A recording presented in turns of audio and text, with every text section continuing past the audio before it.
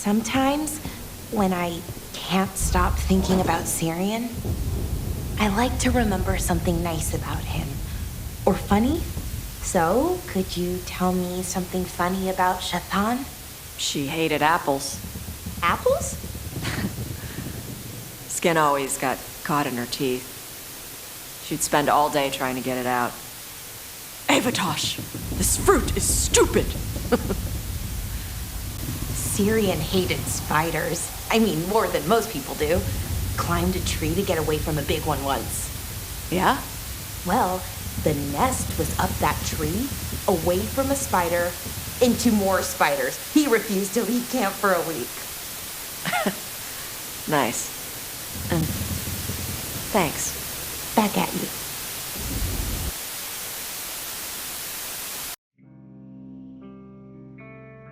What's up everybody? Today we're finally going to be talking about Taash. I meant to get this video out earlier by using footage from scenes in question from other people online, but I'm actually glad that I stuck through the game to grab my own clips, because it allowed me to see just how terrible Taash's character really is. If I had done this video a week ago with someone else's footage, I would be holding back some of my points right now because of not knowing if her story would develop beyond her gender identity, but now that I have finished her personal questline, I know that it doesn't. Taash has brought us quite a few enjoyable clips of cringe over the past couple of weeks, and this is because as a character, her most prominent feature in this game truly is about representation of non-binary people, and virtue signaling / lecturing players about pronoun use, gender identity issues, misgendering, and all of this sort of non-binary and self-identity stuff. And it is done abysmally in a way that makes an already problematic issue look even worse. A problematic issue that some people within the LGBTQ2S etc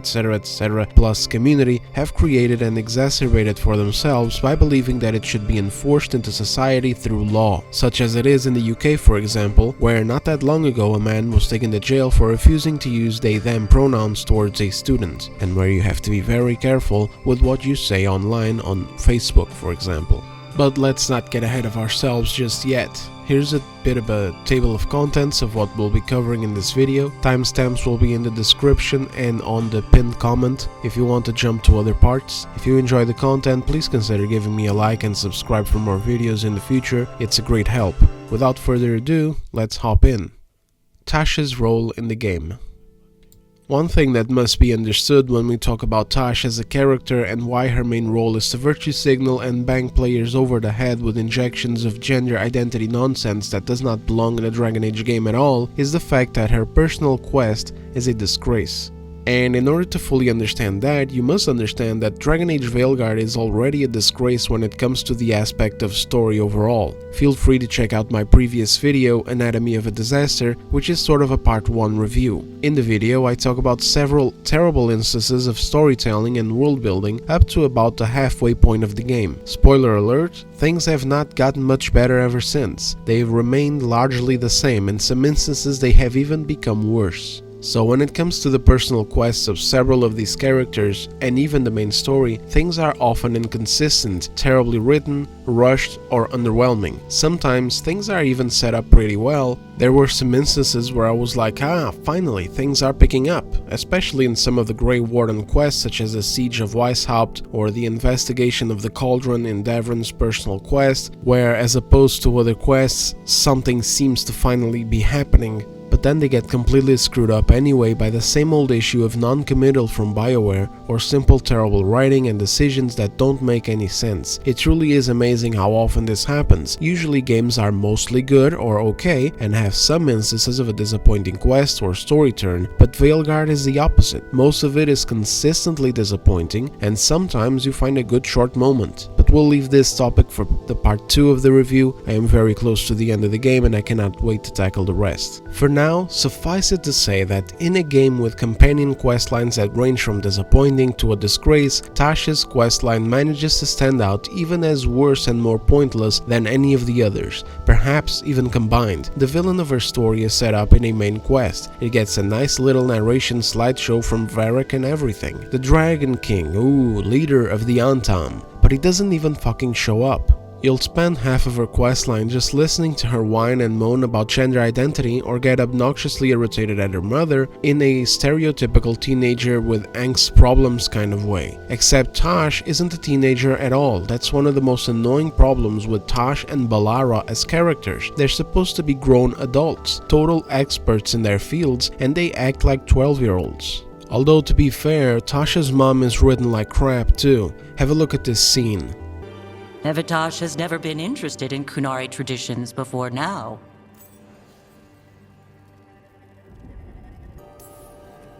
Perhaps Taash paid more attention than you thought. She did not.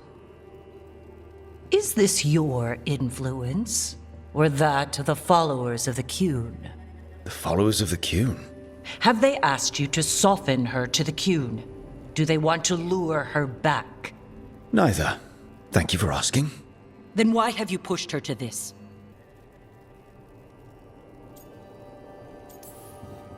First, I didn't push Taash to anything. And second, I thought you'd be pleased to see Taash showing interest in Kunari heritage. Taash is a Dari. I removed her from Parvalin for a reason. But all the lessons, all the Kunari culture? An error on my part. So throughout their interactions in the game, you can see Tasha's mom trying to instill Kunari lessons on Taash all the time. She wants her to wear the traditional robes, she wants her to do the little rope ritual every morning, she wants her to remember Kunari terms and customs, she even corrects her on her spelling of certain Kunari words. Because of this, at an earlier point in the game, I had an interaction with Taash where I encouraged her to embrace the Kunari culture a bit more for the sake of her mother. And then in that clip you see the mother losing her shit at your character because of doing just that. Acting like, oh, who are you working for? Who told you to do that? Once you ask, but you fucking teach her the stuff all the time. Her stupid answer is that that was her worst mistake. Bitch, if you wake up every morning and make the exact same mistake over and over and over and over and over again for years, then it's because it's not a mistake. She says this as if she made this mistake once in her life a long time ago, but she reinforces it every day with her teachings. This is of course not really the character's fault, it's just yet another instance of BioWare's terrible writing and storytelling. But anyway, let's move on. This kind of nonsense, plus the funny scene where she comes out as non-binary and loses her shit at her mother for no reason as well. So, I'm non-binary. Holy Jesus. What does that mean? It means I don't feel like a man or a woman. If you are neither a man nor a woman, then what are you? Non-binary. I just said, and I'm going to use they instead of she from now on. If this is because I have criticized your dress or your manners... It isn't!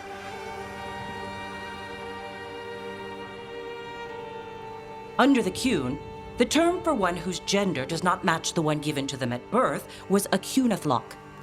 Perhaps you are like that. Why do you have to keep picking at it? Why can't you just be happy for me? Evatash, Chakra to Ebra. So I'm supposed to struggle with who I am? Even if I don't feel like I fit, even if I feel wrong? No, you misunderstood. Then say it better! Why am I never enough for you? I will go. Thank you for inviting me to your home. Panahedan.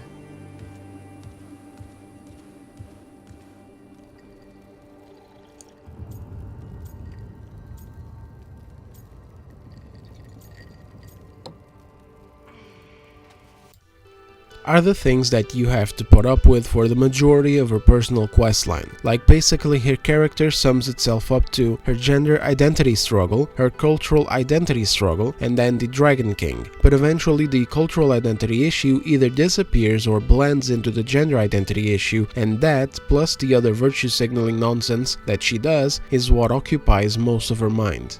You got this scene here as an example of inconsistency and terrible story and world building as well. Why do you run around in fancy mage clothes? Because I like them? You're barely even wearing a shirt. You fight Anton with a bare midriff. Everything all right? We're fine.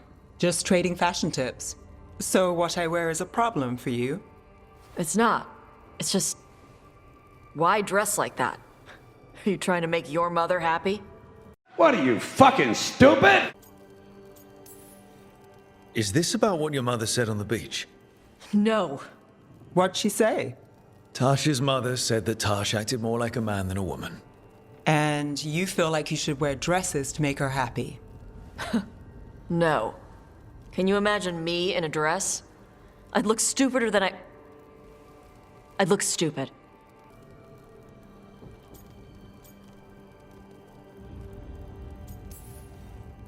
This isn't about the dress, is it? No, it's... I don't know. She always says stuff like that. About how I dress, how I act. And? It feels... right. When she says I act more like a man. It feels... right. Why does it feel right? Taash, do you like being a woman? Nobody likes being a woman. Ah. This is stupid. Forget I said anything. She says that nobody wants to be a woman, as if women are this sort of oppressed group in Thedas. At least that is the indication that this sentence gives. This also just comes off as total modern day cringe nonsense because the developers went out of their way to present a super safe world. Make no mistake, Dragon Age Veilguard has completely lost all of its edge, all of its grit, all of its interesting tidbits of dark fantasy and medieval realism. They neutered everything. This is something that I also covered in my previous video, but I will shortly reiterate here. Take Tevinter for example. It's supposed to be this brutal place where slavery and racism against elves is a common struggle, yet the actual game itself does nothing to present this. There are no slaves anywhere, and elves live among humans like anyone else. And then you have the Antivan Crows. They are supposed to be vicious, scrupulous assassins who take children in to shape them into killing machines. They're supposed to do contracts for anyone. They're killers. Yet there's none of this in this game either. They are Disney assassins, if anything at all. They front like they love daggers and coffee, but they aren't assassins at all. Just a bunch of wearing dark blue leather, and they speak Spanish for some reason. And they aren't cunning or intelligent either, as Lucanus's personal questline shows. They are extremely dumb. The Wardens are supposed to be these hardened soldiers who have to imbibe darkspawn blood in a brutal ritual where they become one with the Horde. Most of them even die during the ritual, only the toughest make it out alive. But you would never know about any of this stuff from just looking at what Veilguard presents you with. And my favorite, the Lords of Fortune, of which Isabella, the saucy pirate thief from Dragon Age 2, is the leader of, are supposed to be all about piracy and treasure hunting, but they have drank so much of the woke Kool-Aid that they got fully processed through a social and political correctness filter that has made them care about cultural appropriation and other similar virtue signaling nonsense where they don't actually steal anything or hunt for any treasure. Feel free to use the ancient elven artifacts for weight training, but nothing leaves with you, okay? Don't worry about that. The Lords of Fortune aren't thieves. I mean, aren't you though? Nah. Anything we hunt is salvage. Old forgotten ruins and crap. And we make sure we're not screwing over a culture that lost it. What they do is they go on expeditions, find things and return them to their appropriate cultures. And they only ever steal from the rich, somehow, even though they take contract work. Who the fuck is able to afford paying those contracts, if not the rich themselves? Who knows? What happens when they do treasure hunts and have to deliver all of their loot to the appropriate cultures? Who knows? How does that work bureaucratically within the faction, even when they recruit actual pirates and assholes, like Cutter for example, which is the guy that kidnapped Tasha's own mother? How are they able to afford running this whole entire operation from their hideout, maintain their ships, etc.? Who knows? Just shut the fuck up, consume the politically correct and culturally conscious product and give it a glowing review, otherwise you are part of the problem. So, in a world that is so Disneyfied, so bubble-wrapped, so incredibly focused on trying its very best to present a safe and conscious world where not only is there no difference at all between men and women, but there are also non-binary people that exist and are fully respected and adhered to in terms of pronouns, etc., how am I supposed to believe then that being a woman is an issue in this world? Am I supposed to believe that they are oppressed? Well, of course not, because the writer didn't put that there for the world building of the game, it put that there for intersectional feminism bullshit for our world, for ourselves, to bang over the players' heads. So in the end, when you set aside Taash's gender identity or cultural identity issues and these instances where she's just there to pass the message onto the player, what do you have for her personal spat with the Dragon King? Well, one day Taash goes to visit her mom and she's gone, kidnapped by Cutter, some who got butthurt when Taash corrected him on which type of dragon the dragon that he saw was. Literally, this was it. I don't know if I have a clip of it, but if I do, I'll put it right here. It had bright red and blue scales. They'll be worth a fortune, even beyond the Horde. That's not a Hivernal. You saw a Konzern. And she's acting normal. She's not one of the dragons blighted by the gods. Going after her would get us killed for no good reason. Scales could have caught the light from the sunset. It was flying awfully high. Hivernals fly like chickens. They do little hops to pounce or clear a ravine. They don't soar. You saw a Konzern. Fight it, and you'll be dead and frozen before it lands. You think I can't fight a dragon just because I don't breathe fire? You can't fight a dragon because you don't know what you're doing. Fine. You're the expert.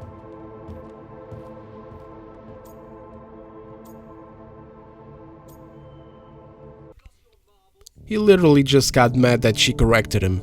Then he takes the mother to the Dragon King because he wants to lure her into his trap for some reason. I don't fucking know why. Initially it was supposed to be because of her dragon blood, her ability to spit fire. But then when you get there, it's revealed that the Dragon King can do it too. So what the fuck was that for? Her mom sacrifices herself to save Taash and the rest of the crew, who don't notice the comically large cage that they're about to walk into, and then the Dragon King dongs her mom on the side of the head so hard that she instantly passes away. And you have never done so. Taash has. They are stronger than you will ever be. Rook, you will keep them safe. Chakra Toebra.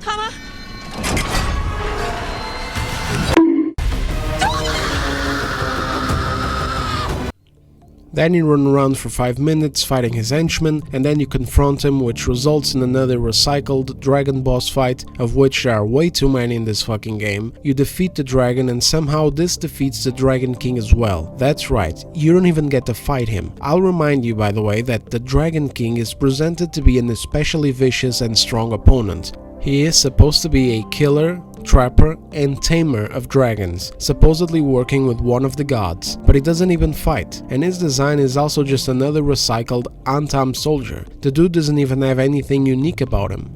This concludes Taash's personal questline. Only other thing you do is go see a seer to reveal the contents of a special tablet that belonged to Taash's mom, and again she lashes out for no fucking reason at all because she didn't like what the tablet had inscribed in it. God, this fucking character is so stupid.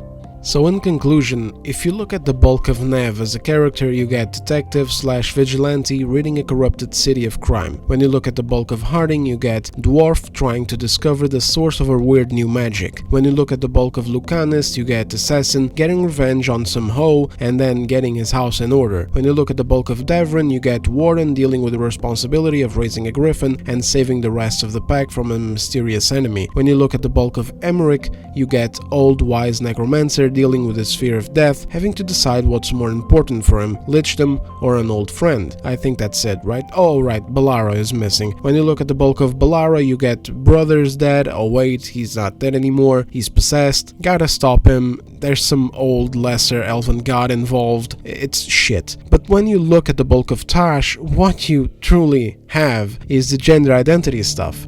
That's what is most prevalent with her personal storyline, since the hunt for the Dragon King lasts only exactly one quest. There was certainly more that we could have gotten, such as the whole theme of struggling against what she is, you know, that quote that her mother constantly repeats, that Shokato Ebra thing or whatever, and certainly more to be delved into in regards to the dragon blood and her mother wanting to hide that aspect of Taash from the world. But all of it was overtaken by her non-binary identity issue. This is what the developers focused on the most when it came to her scenes, not her dragon blood, not the mysterious tablet that's left out for the end, almost like it was setting up a sequel, good luck with that by the way. Mainly it really is just her gender identity, her coming out to her mom, the pronoun problems that she has, and then finally that whole virtue signal scene, which we'll get into in a bit.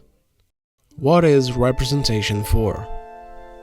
So, I'm super glad that we finally got that whole character thing out of the way. Now let's get cranking with the rest. What's the function of representation in games? Well, I guess it comes down to trying to include things that are usually not represented in most games, such as characters or themes. While there are some things that have value to it, I take issue with this concept in general, and I think that anyone trying to go down a representation route needs to be mature and realistic about what they're doing. Because if we embrace this narrative of representing those who are usually not represented, then we are totally boned. We'll never make a good game again because we're going to be too busy trying to inject all kinds of people of all kinds of races, ethnic backgrounds, religions, neurodiversity, disabilities, and if you open the gates on the gender stuff, it gets even worse because according to the general acceptable narrative, there is no limit on what genders there are. They are limitless because it is supposed to be a spectrum of infinite vibes, conditions, and compositions. Anything that goes against this idea is supposedly transphobic, even though this has nothing to do with transsexual people at all. So if we really give importance to this concept of representation being important because it is necessary to make unseen people feel seen, then it will never end, and it will never be fair because you won't ever be able to truly represent everyone. Overall, the view that characters are representing anyone or anything is a bad one to have to begin with. I think it's an inherently narcissistic thing to automatically look at a piece of media through this lens. Make no mistake, I think there's definitely some types of media where representation is a valid element and therefore not an inherently narcissistic thing to focus on, but when it comes to fictional media, where the main goal is escapism and entertainment, the concept of representation is narcissistic and needs to go away, because the fiction is not meant to just serve you. The fiction is not meant to serve anyone in specific. It is simply meant to tell a good story, a good compelling tale, with good characters, etc. And in the case of video games, it's meant to be fun and engaging while they're at it. It is merely meant to be launched out there onto the world and appeal to whoever it appeals to without especially excluding anyone, which is exactly what purposeful inclusiveness and representation ends up doing. It ends up making exceptions of who does not make the cut, and it replaces the inherent fictional focus with one of social activism. And some people like to misinterpret this, and they like to think that just because a piece of media stars a light-skinned character, then it is only there for white people to feel seen and represented, when in reality it's just a piece of media, and the last thing that people are thinking about is obsessing over their race and gender. If this was the case, we would not have massively successful intercontinental franchises that appeal to people from all corners of the world. Everyone would just be rejecting everything coming out of different countries, and only being able to enjoy media made by their own people. There's a valid argument in getting more diversity into some of the settings and protagonists wherever it fits, which is precisely what we are already doing. But there is no good argument in blackwashing media or in applying diversity quotas or any other of this utter nonsensical regressive DEI bullshit like this list here that was sent to Xbox Game Studios to use when making games, and that a similar version is absolutely used by other studios and publishers in their own DEI-centered departments or by the companies that they consult with, such as Sweet Baby Inc. and Hit Detection. This stuff here just muddies everything. It imposes creative restrictions and creates unrealistic settings, especially when being used to present settings such as fantasy, where the inspiration and themes come from medieval areas, be it medieval Europe, Middle East, Far East, or anywhere else in the world. This was not a multicultural period. You could have had some multicultural cities where merchants and etc. from other lands converge, but it was not the case in a general land, and it was also certainly not a period of modern gender ambiguity and identity politics. So at the very core of the argument, these elements should be kept out of games like Dragon Age. However, if they were to be included as part of representation, then there's definitely a way where it could have been done far more effectively than what Veilguard did. Dragon Age Inquisition included a trans character, for example, and it was done reasonably well. Krem is a side character that is there as a bit of a wink and a nod to represent trans people. His inclusion was not forceful, and they even added some lore context to it. It was established that through blood magic, he could change his body all the way, implying that Krem merely styled himself and wore clothes of a man. Since he has a distaste and fear for blood magic, he didn't want to undergo any rituals. That's about all there is in terms of this stuff in Inquisition. Now, why is there more validity for Krem than Taash? And why was Krem's inclusion a better example of representation than Taash? Well, Krem is meant to be representing trans people. Now, say what you will about the massive amount of damage that woked-out weirdos on TikTok did to the trans community by associating unhinged extremist pronoun warriors, drag queens reading books about queerness in schools, and child transition advocates with your average transsexual person, but at the end of the day, your average real trans person is just a person who wants to alleviate their gender dysphoria and move the fuck on with their lives as normally as possible. And Taash is meant to be representing non-binary people, which is something entirely different with no medical or scientific basis. The thing with non-binary people for me, and I would know, I met quite a few of them in my life, I had friends who even identified as non-binary for a while before clearing up whatever confusion was going on in their minds. So the thing is that, well, it's like everything else in the past few years, isn't it? It could be something small that you can even be fine with, as it just came down to a friend asking you, for example, if you could use they/them pronouns when referring to them. I never really had a problem with this, especially at the time, because this was around like 2016, 2017, and so as long as he didn't get mad at me for making a mistake sometimes, which he never did, and as long as there wasn't any of this narrative about making it a biologically or scientifically or scholastically factual thing that needs to be taught in universities and whatever the fuck, then I didn't really have anything to fight against either. It was just a friend going like, hey, can you do this for me? And I was like, yeah, sure.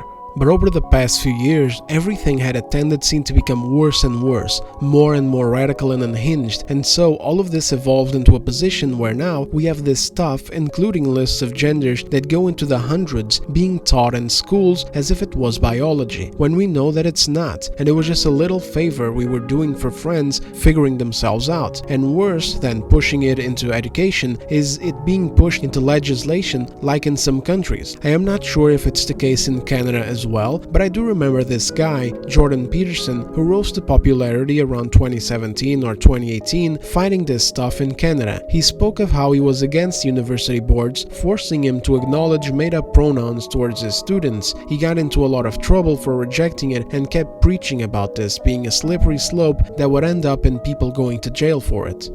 Media pundits and leftists would laugh at him, ridiculing that notion as being totally crazy. Well, look at where we are now. I guess he wasn't crazy after all. Anyway, do you see what I mean? I think this whole deviation in my video just perfectly exemplified why you can actually represent trans people with a whole lot less controversy and clash with immersion and reality than you get by trying to represent non-binary people. At its core, a transsexual person is a person with gender dysphoria who goes through with a gender transition. They've been around for a long time. They even acknowledge the reality of there only being two biological genders. Otherwise, what the fuck would they be transitioning between? This is an issue that some people struggle with and bring up the success of Inquisition as a gotcha moment for Veilguard critics, when in reality the truth is that Inquisition was a much better game than Veilguard, first and foremost, and the quote-unquote woke elements in Inquisition were handled and contained far better, and also included far less complications.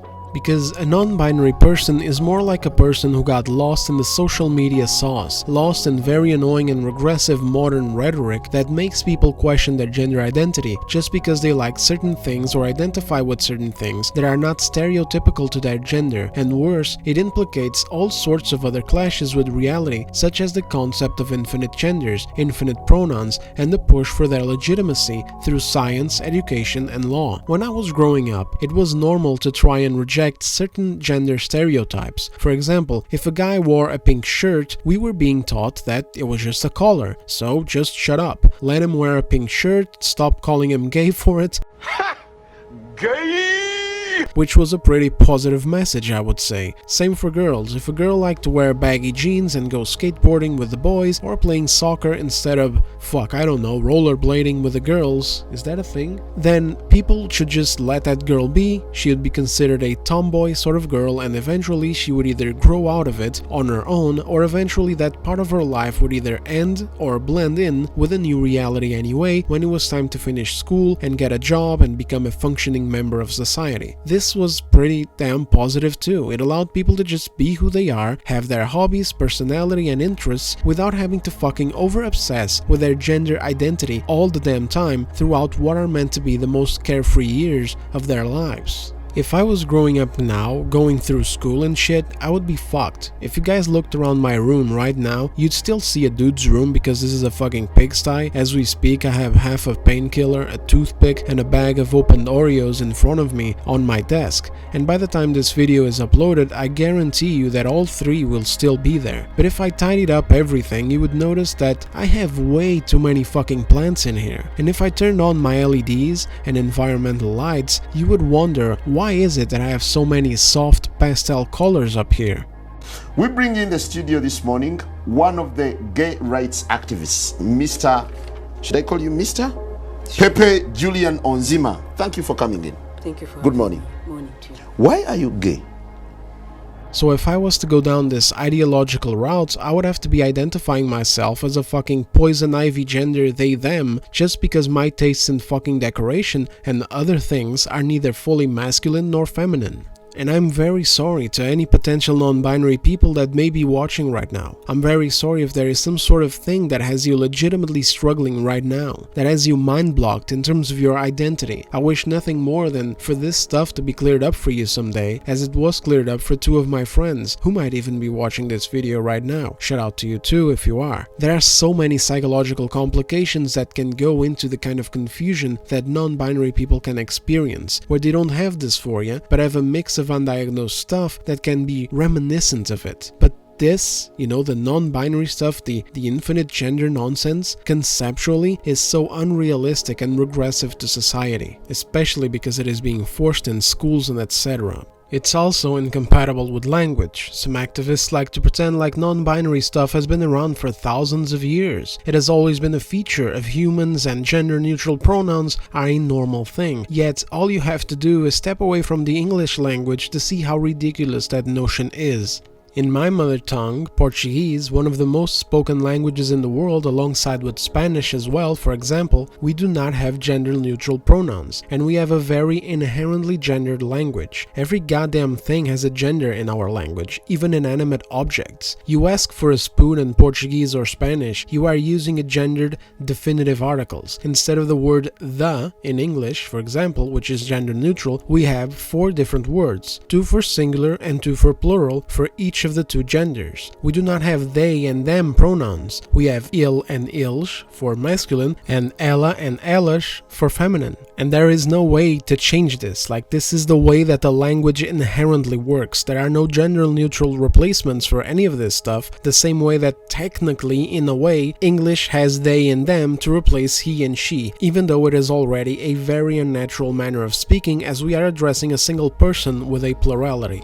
This non-binary concept of demanding gender-neutral pronouns does not even work in our languages, and there are many more. It's not just Portuguese and Spanish, it's the same for German, for example. And I've even been told by a commenter on a post of mine that the game is fucking with people's languages by trying to inject this kind of crap into the game, using made-up words like that term that came out of America a couple of years ago as well for Latino people, trying to change it into Latinx or Latinx, which of course nobody adhered to. It still doesn't stop some woked out morons from appropriating our languages and cultures by using it against our will though, like the new head of Halo Studios. So I hope that this whole sidetrack in this video paints a clear picture as to why non-binary representation is very difficult to get correctly. It's very problematic because it is intrinsically tied to modern 21st century Californian shit, and worse than that, it's intrinsically tied to heavy divisive politics because of how it was appropriated to push far-left ideologies to the point of legislation and targeting people's children. Like, damn, you want to represent black people, you put in a black guy. You want to represent Asian people, you we put in an Asian guy. Shit, you want to represent disabled people or gay people, you put in a guy in a wheelchair and you make him kiss another guy. So on and so forth. But what about a non-binary person? Well, it's just another fucking person, and the only way to make sure that they're represented is if they come out with some goofy immersion-breaking dialogue alluding to these complicated political concepts such as a third gender that actually encompasses infinite genders and forced unnatural alterations of language.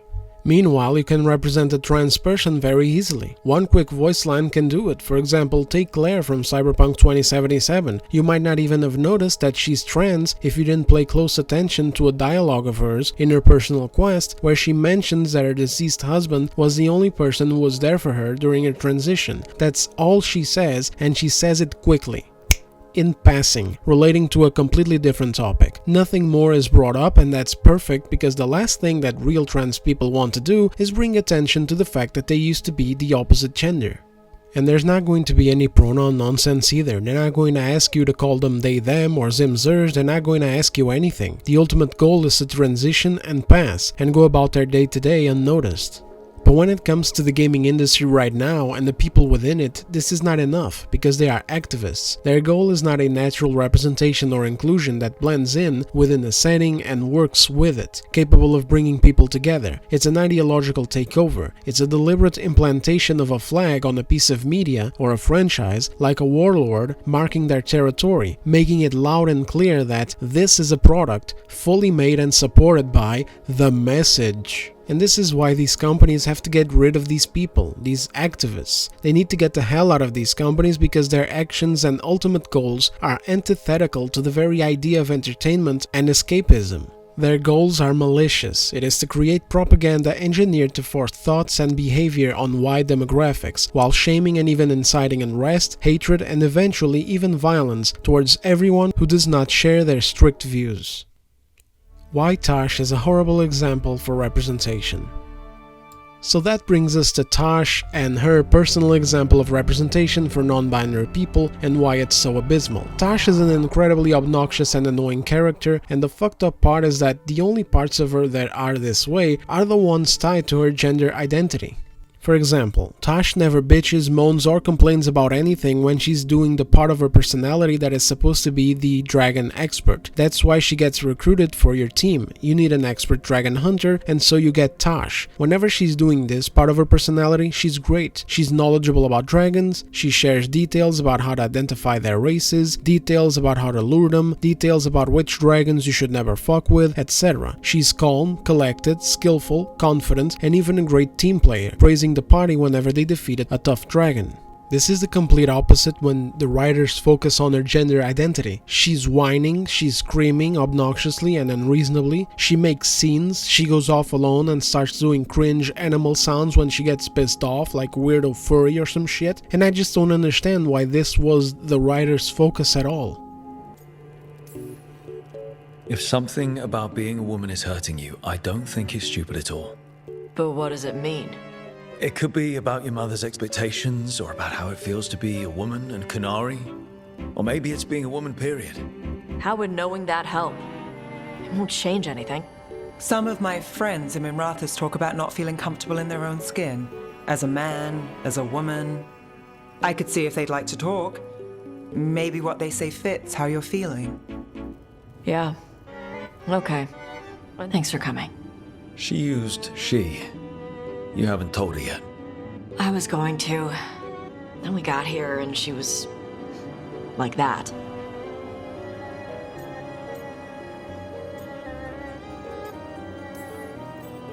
You'll do it when you're ready. Maybe you could tell her? Well, if that's what you want. Under the Qun, the term for one whose gender does not match the one given to them at birth was a Qunathlok. Perhaps you are like that. Why do you have to keep picking at it? Why can't you just be happy for me? Evatash, Chakra to Ebra. So I'm supposed to struggle with who I am? Even if I don't feel like I fit, even if I feel wrong? No. Shanedan, cousin. Fight well today. Rowan, hey. Cousin? Told me you found yourself and do not use women's words any longer. I would not insult you by calling you sister. Huh. Thanks. Never had a cousin before. May and the rest. We have our moments. They talked about gender stuff, and I didn't get all of it, but it helped. So, thanks. Anytime. Do you like being a woman? Nobody likes being a woman. I need one of these little needle things to dig some crap out of my armor. Death Mage won't give me one. First, a bone threader is an extremely delicate instrument. Second, it's Emmerich. Taash, my name is Emmerich, not Death Mage, not Corpse Guy, not... I won't repeat the rest.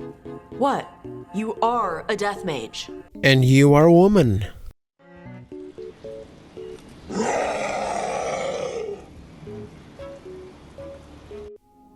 I genuinely don't understand it. The frequency with which this stuff is brought up is a whole other problem on its own, but worse than that, if I didn't know any better, I would say that they were actually doing a parody, mocking the kind of non-binary people and self-identifying trans people who show up on TikTok cringe compilations getting uppity whenever they're misgendered by waiters, or by store owners, or by random people, or hell, sometimes they're just uppity on their own, making cringy ass comments alone in their cars or their bedrooms. Seriously, the only thing missing on these scenes is the stereotypical green or purple hair. And that just makes this so much funnier because it's yet another example of terrible writing from the BioWare team. You just cannot make this shit up, it's actually hilarious. They're not just terrible at handling lore and world building, they're not just terrible at writing concise plot points, and not just terrible at writing characters and their quests as a whole, with just some exceptions here and there where there were some good moments between, for example, Emmerich and the player, or Davron and Nev, but apparently they're also terrible at writing the virtue signaling bullshit that they dedicated so much of this game to. Let me remind you that this is what the director wrote on her developer diary in regards to what Dragon Age represents. According to Corinne Bush and according or Bush or whatever the fuck, and according to BioWare, who, published this entire thing here, Dragon Age has long been a place where LGBTQIA+ folks can see people like themselves represented respectfully. They hope that they can be a safe place for their queer players to know they are not alone, that they are brilliant and worthy, that they are not only welcome but celebrated. And yet, this was the best that they could muster. This is what they see as respectful, powerful representation apparently. Not much I can say about that. All that I can say is that damn man, BioWare is fucking cooked if this is the best that they can do for the people that they are actively trying to pander to.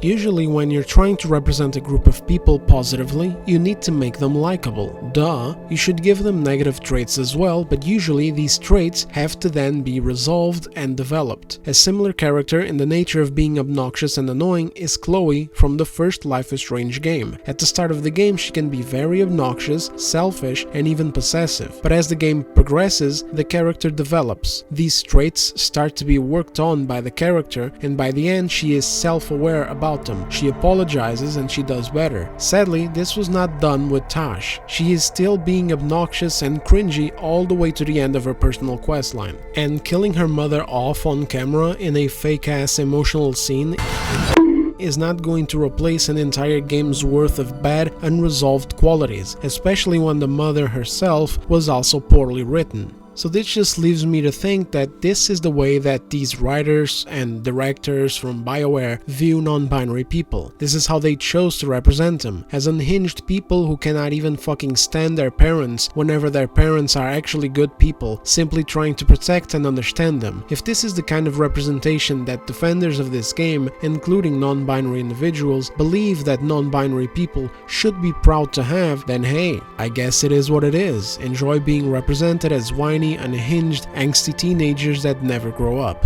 What I do know is that an important element when it comes to representation, in my opinion, is the normalization of what you're trying to represent. This is a big reason why you should not make your character be an unreasonable, whiny person. but more elements go into it than that. So for example, if you're trying to normalize someone, you're doing so by humanizing them. They are not meant to be perfect, and no narrative surrounding them should be forced upon the player, otherwise it shows that the intent behind the character is to send a message. Again, we can bring up Claire from Cyberpunk 2077 in her personal questline. She is out for revenge, she is fueled by rage and wants to kill a man who she blames for killing her husband in a street race. In the game, you are allowed to go fully with her plan and execute it, but you're also allowed to disagree with her and back out of it in different ways. You can just abandon her, which leaves her extremely pissed off, or you can put your foot down at the very last part of the final mission where you get some relevant information that might just be enough to change your mind as the player. Not Claire's though. Claire will still be pissed off if you stop her from killing her target. But later on, this actually turns out to be the correct option. You get far more rewards this way, including Claire's friendship and peace of mind as she realizes that you were right and she was wrong. Which is obviously because since she transitioned into a woman, she is never right anymore, and you know what I mean?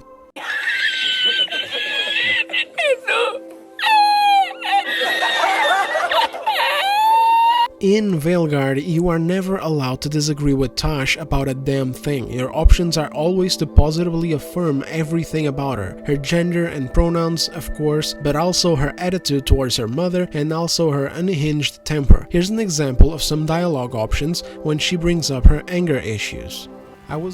When you were standing over the dragon, you said something. Chokra to Ebra. It's the same thing your mother told you. You struggle the way you are? You must struggle with what you are. It's what she told me when I was a kid. Still does, so I don't let the dragon out. Meaning your fire breath? It's not just about the fire. It's about how stuff makes me feel. What I do when I'm angry.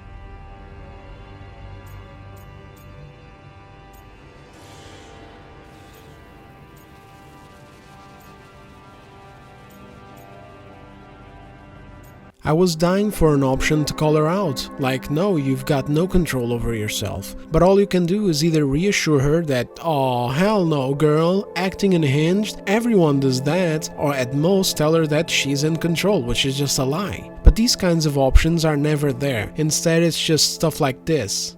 I hope I'm not putting you out. No, this is Tasha's home as much as mine, even if she does not visit very often. I don't smell the Iskop. We always have Iskop on Tuesdays. I am not yet finished with my studies. I thought you would help me tonight. And by help, you mean do it all. You haven't even chopped the melons. You swing axes all day. Do you lack the strength to chop a few melons? The runes on the tablet are written in the old Kunari tongue, but they are incomplete. So they never finished it? No. It is clearly finished, but parts of letters have been hidden somehow, rendering the tablet unreadable. Sounds like they didn't want you to read it. Yes. Unfortunately, there are few other documents that date back to the first expedition. What do you mean, the first expedition? Your history teaches that Kunari landed on Thedas 300 years ago, in the Steel Age. This is true, but incomplete. Almost 1,000 years earlier, the first expedition came, only to vanish. They were Kunari who predated the Qun itself. That is what I study. Here, food's ready. This is not Iskop. It was gonna take too long. I wanted to hear about the tablet. Did you? Yeah? Well, as I said, it is at least 1,000 years old.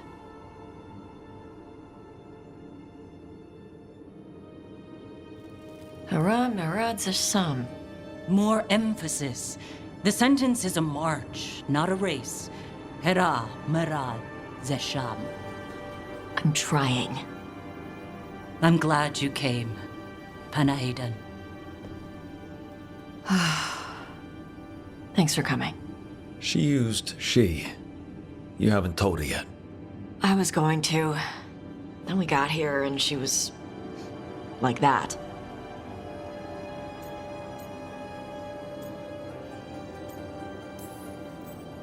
You'll do it when you're ready. Maybe you could tell her? Well, if that's what you want. Nah, she'd kill you. I'll tell her. She deserves to know. This isn't about her. You do what's right for you. Thanks.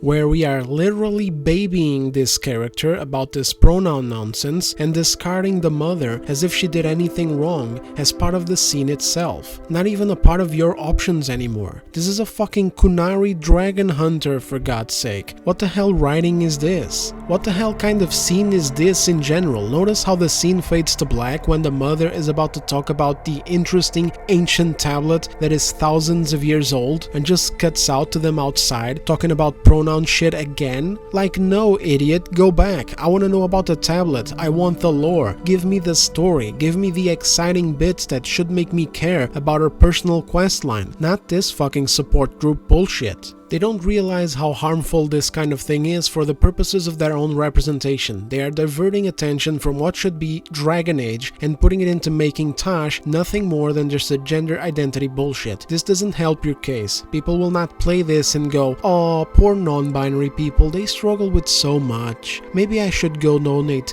to a non-binary rights organization." People will play this and go, "What? What is this? What about the tablet? What the fuck is going on? What are these dialogue options? What the fuck is this extraordinarily modern Californian non-binary TikTok teenager confusion shit doing in this setting, in this story, and why can't I interact with it freely? Why can't I choose to talk about the ancient tablet instead?" Some people like to bring up Baldur's Gate 3 as a misguided example of supposedly woke games that are apparently able to do what Veilguard does but nobody complains about. This is total nonsense. Baldur's Gate 3 does not compromise its own lore and world building or immersion or story for ideological messaging. Yes, you do have non-binary in the character creator. It was added after launch in a patch with they-them pronouns, but after you get past that, that's it. After that, you just have some side characters that are like extremely fucking gay and horny, like this dude right here, which you have the option to reject. And more than that, you have the option to disagree with them or even be a total asshole to every single character you come across. You even have the option to take them out if you wish. Player choice is king in Baldur's Gate 3. It stands above anything else, and that is why it's simply different from what's going on in Veilguard, where messaging has far higher priority than player choice or storytelling or world building or anything else really. This video is already so long, but I have this other clip here that is just relevant and I really want to show it. You might have seen it floating around over the past few days. It was uploaded 7 years ago by Latalis, famous for showing loads of clips of hidden details, scenes, choices, etc. from Witcher 3 especially. But anyway, the clip is from Dragon Age Origins and it has been popping up on people's suggestions over the past week. Please have a look. I don't understand. You look like a woman.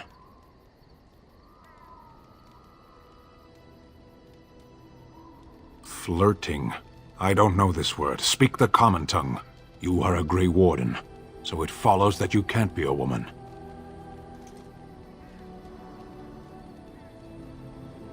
Women are priests, artisans, shopkeepers, or farmers. They don't fight.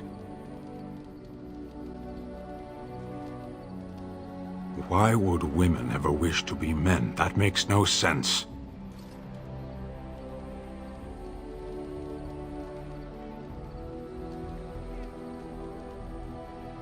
Do they also wish to live on the moon? That's as attainable.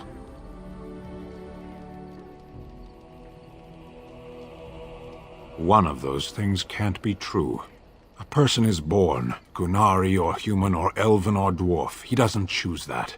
The size of his hands, whether he is clever or foolish, the land he comes from, the color of his hair, these are beyond his control. We do not choose, we simply are. Can they? We'll see.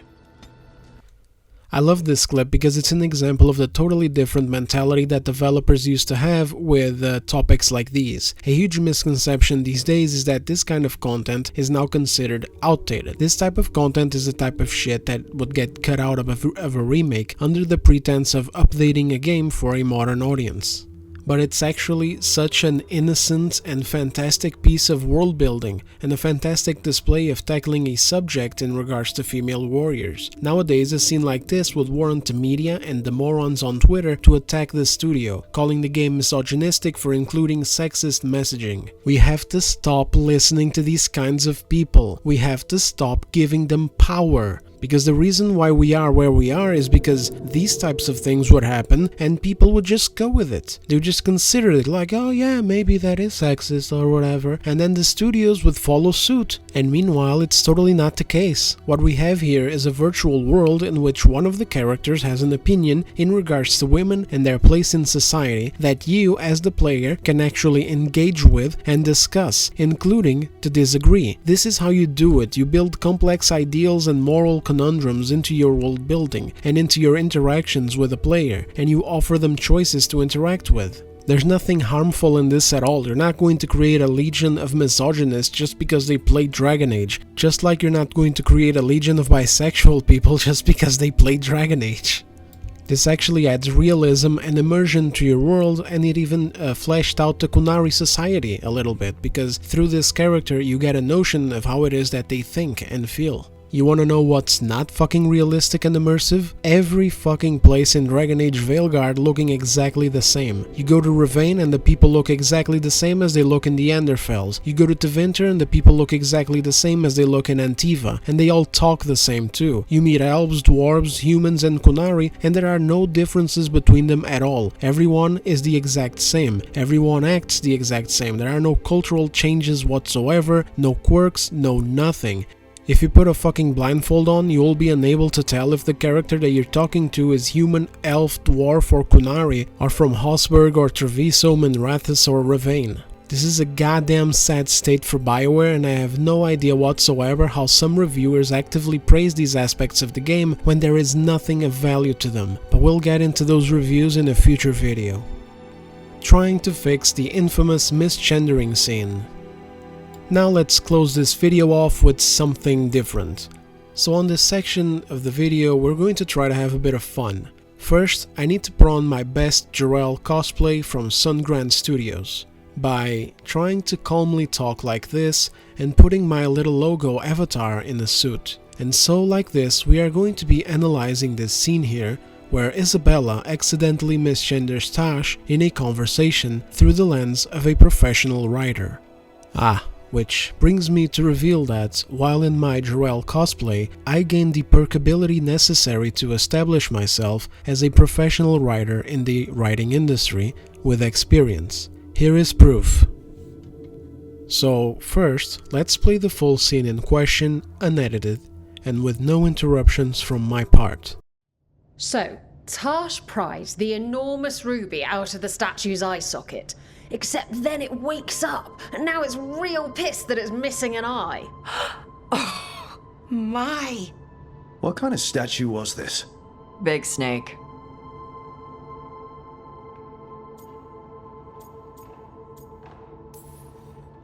Like, the size of a horse? 30 feet tall. Had the size of a wagon. How'd you get up there? They carved the scales. Made okay handholds. And now we've got a giant, angry, one-eyed snake statue trying to swallow Taash whole. Wait, how does that work? Where would they go? Did it have a stomach? Wait for it. Best part is, while Taash is pounding that snake's nose, she's still holding the ruby in her other hand. Maker's panties, I was so proud. Oh, Ah, shit. They're still holding it, sorry. What are you doing? Pulling a barb. Oh, okay. A barb? Tradition in the Lords of Fortune, from one of our old members, Barv. Good guy, but like most of us, his plans went sideways a lot. Bad blood among your crew's not good for morale, but there's not always time for big, drawn-out apologies. So, when one of us screws up and we know we've screwed up, we do a quick 10 to put it right. Pulling a Barv. Oh, there we go. Sorry, just clearing my throat. I'm glad the Lords of Fortune have Taash's back. Oh, Taash isn't the first non-binary member of the Lords. Really? It was a little before your time, but Horlicks was one of ours. Huh. Bastard looked better than I did in a dress or pants. And out of them too.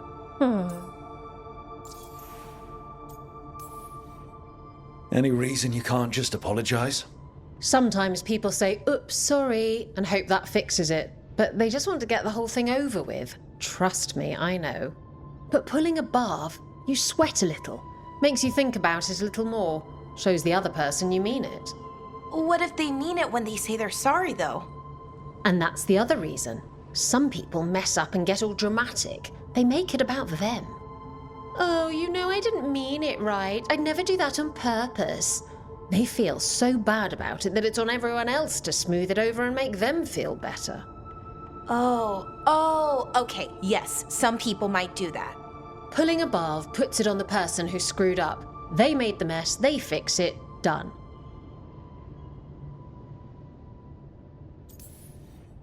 Isabella's apology work for you, Taash? Yeah.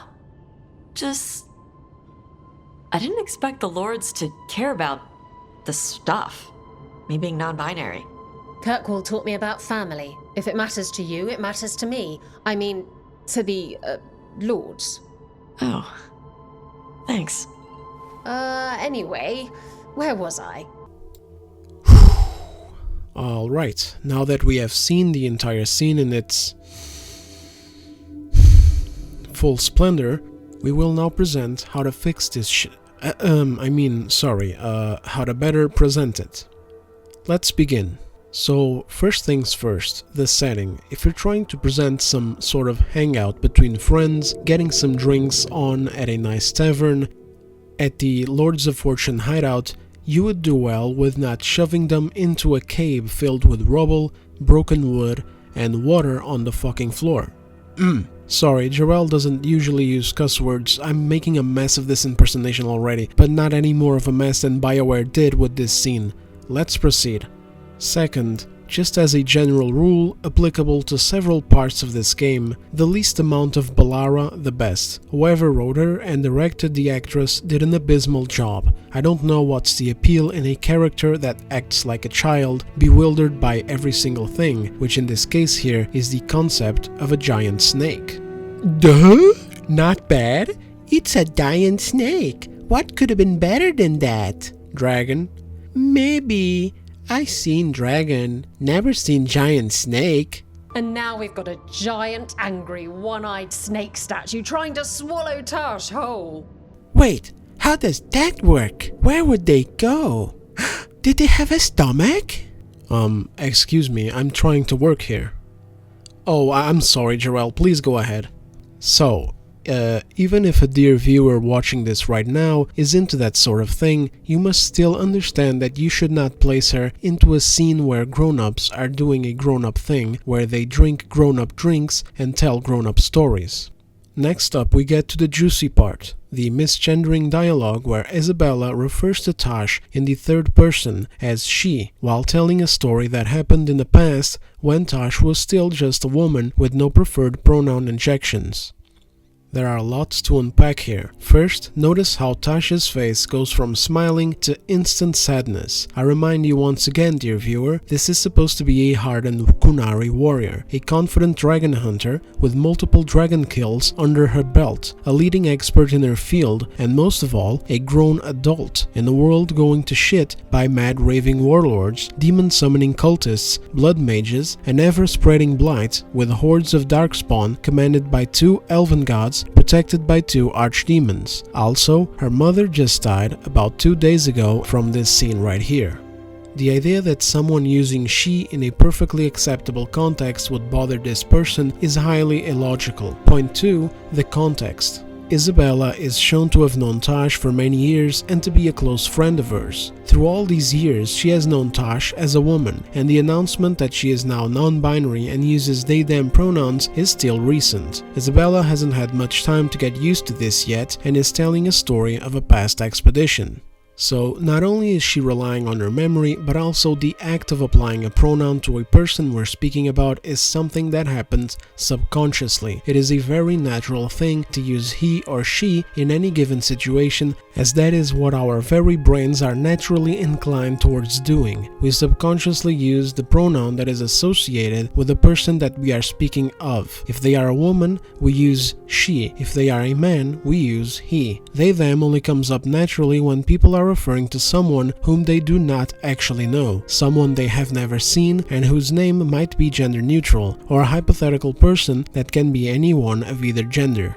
They them is literally only used when a person has no concept whatsoever of which of the two genders the person they are referring to actually is. It is a very specific case. And also, this subconscious process works in a flash and tends to take superficial details into account, when figuratively sending the message from your brain to your mouth of what pronoun you'll be using at that moment. And superficially, Taash still looks like a woman. She may have big buff kunari arms, but she's still out here wearing jewelry, using big long hair, wearing makeup, and sounding like a woman. All of this contributes to people normally slipping up sometimes and unintentionally using the naturally observed pronoun rather than the preferred one, especially in the midst of telling a story. This man is cooking, and this is something that is so natural to happen in real life, and it bugs me that this class of people is usually so pampered and protected from common sense and logic that they think that thanks to dogshit media like this, they are correct in getting upset at someone accidentally misgendering them, or misgendering them and not making a huge scene while apologizing to show that they mean it, when often the problem comes from them, who straight up look and present themselves as men or women but expect everyone else around them to refer to them as a plurality, or to ask them what their pronouns are as if that was a norm for society.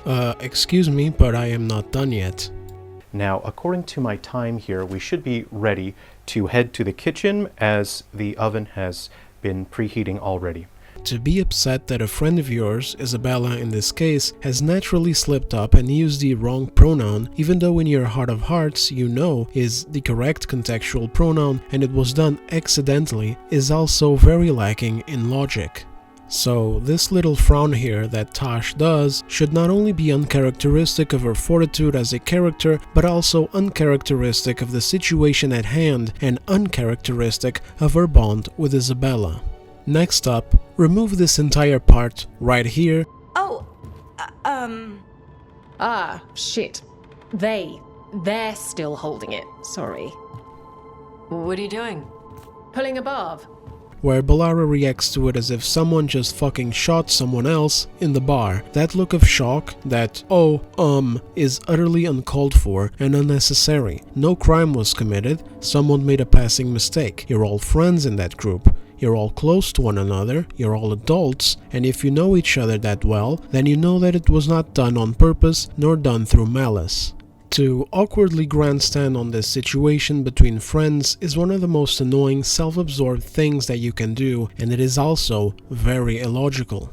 Now this part here where she says sorry and gets up also needs to be reworked. At most she should have corrected herself, said sorry and be done with it. Taash could have done what she's doing right here, where the little baby changes her sad frown into a smile like, "Oh, thank goodness Isabella has validated my pronouns. I am so glad that we can now continue our friendship and I won't have to ban her from all 6 of my group chats and block her on all of my social media, as well as cut ties with all of our mutual friends that don't cut her off as well." They would both move on from it and continue the rest of their interaction naturally. All of this garbage here, where she gets down and does push-ups as a show of how sorry she actually is, should get cut out. First and foremost because it's cringe, but also, dear viewer, because it is contradictory to itself. Isabella presents this as a way to apologize to someone because bad blood among crew is bad for morale, and there's not always time for big drawn-out apologies, so whenever someone screws up, instead of, not doing a big drawn-out apology, they get down and do 10 push-ups, while virtue signaling about it. The fact that she could just say sorry and show a gesture of regret, but no, that's way too drawn out. There's no time for that shit. Just drop down and do 10 push-ups. A random mistake in the middle of a storm where a whole group of sailors drop the ball on something is a possible shipwreck scenario where everyone drops what the fuck they're doing and does 10 push-ups while the ship sails straight into a fucking rock. Oh, screw it, I can't be as chill, composed and professional as Jarrell. I tried my best, I'm sorry guys, but it's time to get back to being Dez. I am so sorry, but this is fucking retarded, there's no two ways around it. The best part of it though is that the developers doubled down on it. This entire endeavor wasn't cringe-inducing enough. It wasn't a strong enough of a forceful application of the message into a setting where it doesn't belong. And in a way that just paints non-binary people as weak people with short fuses who, despite being dragon hunters, are still going to get hurt by a fucking friend using the wrong pronoun. So you end up getting 2 more options in dialogue to inquire further. Thank fucking god that I can inquire further about the pronoun and the non-binary topic, but not about the ancient tablet or the many other lore or story-related situations that this game raises the question of without clarifying. Big thanks for that. I am so glad that at least a non-binary topic can be fully fleshed out in this game. But anyway, let's actually dive into what Isabella says. Let's analyze the words of the developers and see what they have to say to us. Sometimes people say oops, sorry and hope that fixes it, but they just want to get the whole thing over with. Trust me, I know. I swear to god, this is so fucking cringe. The self-insert is powerful with this one. And what's the problem anyway? Like, why wouldn't you want to just get the whole situation over with as well? It's awkward. Just apologize and move on. The fuck else is there to do? Get a whole royal retinue? Make a whole song and dance about it, get on your knees and supplicate for forgiveness? I'ma tell you guys right now, if you have non-binary friends and they need more than a sorry for you for making an innocent mistake, drop them. They're not good for you, they don't care about you, you exist simply to validate them. They'll be far better getting their validation from elsewhere and you will be far better with getting friends from elsewhere. Let's head back to the developer. But pulling a barf, you sweat a little, makes you think about it a little more, shows the other person you mean it. You heard it here first, folks. If you're not sweating after making an innocent mistake while catering to a friend's unreasonable request for you to quite literally alter the subconscious manner that your brain acts and alter the way that you speak, then you ain't shit. Your apology means nothing, you didn't really actually mean it. But of course, this is not enough either for our lovely modern audience BioWare. They triple down and ponder the question, what if a person actually says sorry and really mean it? What if they mean it when they say they're sorry though? And that's the other reason. Some people mess up and get all dramatic. They make it about them. Notice how she even stares right at the fucking camera in this next bit. Oh, you know I didn't mean it right. I'd never do that on purpose.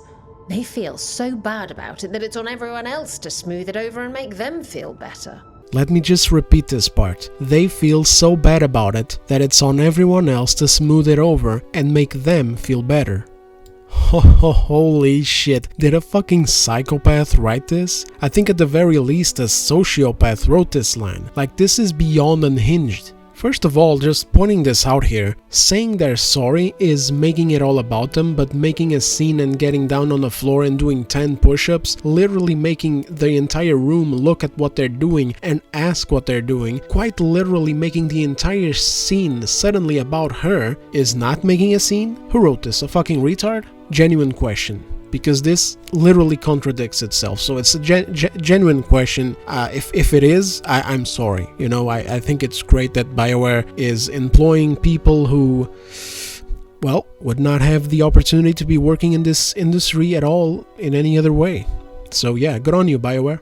Just, you know, next time consider like putting them on a smaller role, like maybe writing additional dialogues for like enemies or something like that instead of main characters and main scenes, alright? Just a suggestion for the future, okay?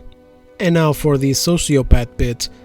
So the writers acknowledge that the person feels so incredibly bad for misgendering their friend, almost like they just committed a hate speech crime, because sadly it is the weight with which these people interpret this kind of thing. After all, again, we are at a point of legislation in some countries, but the writer still doesn't consider that enough of a painful situation for the person who did the misgendering. No sir, for the sociopaths in charge of writing this and putting this together and approving it for launch, this is not enough suffering yet. They need to suffer more. They need to make a clown of themselves, get down, drop 10 push-ups as if they're apologizing to royalty in medieval times for dumping a bucket of shit on the wrong street, and make sure that they sweat. Make sure that they feel punished. Make sure that they feel the entire gravity of the situation.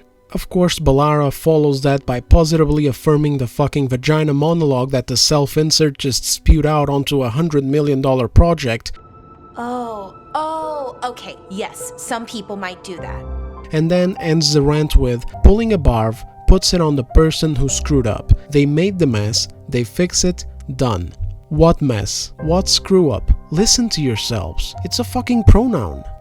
In conclusion, this is disgusting. When you strip it all down, when you actually read the words that they're saying, when you actually analyze the intent, this is simply disgusting, and it will always have the opposite effect of what representation usually intends to do in a video game. This is not going to acclimate society to non-binary people. This is not going to make people think twice about misgendering someone. This is actually just going to paint non-binary people, virtue signalers, and unhinged far-left gender ideology activists as sociopaths that don't deserve an inkling of consideration for anything, especially with the rest that's currently going on in the realm of politics.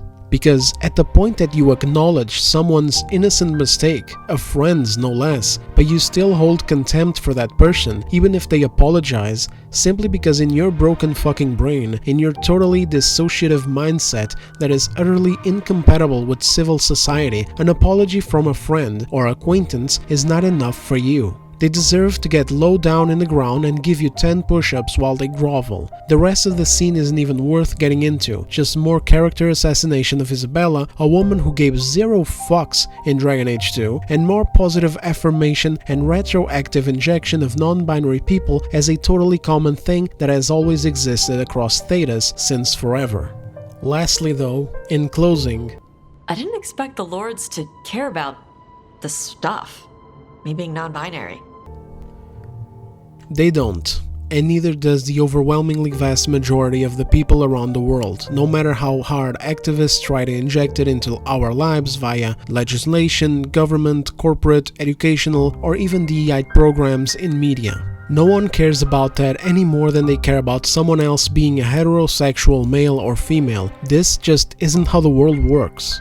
Learn to live your life, to make peace with yourself as a person. Understand that neither of us are the center of one another's universe. Understand that 99% of the people do not care about what you identify with, nor what you do in your bedroom. And understand that shoving it into people's faces aggressively through bad entertainment or anything else is never going to work to normalize this. You normalize things by integrating them normally with society. This scene should have ended the moment that Isabella said sorry. At that moment, all that Taash had to do, instead of frowning, was brush it off and drop a line of dialogue like, "Oh, no problem," or "Oh, please." Because no, it simply is not that important. You will not normalize something by acting like an obnoxious jackass or like some fucking nobility asshole to whom a simple sorry for a simple misunderstanding is not enough. With that said, that's all I got. I'm sorry if this ran on too long. Please forgive me for the slower uploads. Things have been complicated in real life. Been dealing with some stuff, but I'm hoping that things will be back to a more normal, regular upload schedule in about a week or so. Please don't make me pull a barf for this, guys. Thank you very much for watching. Please give me a like if you liked the video, subscribe if you haven't yet, and have yourselves a great week ahead. I'll see you on the next one.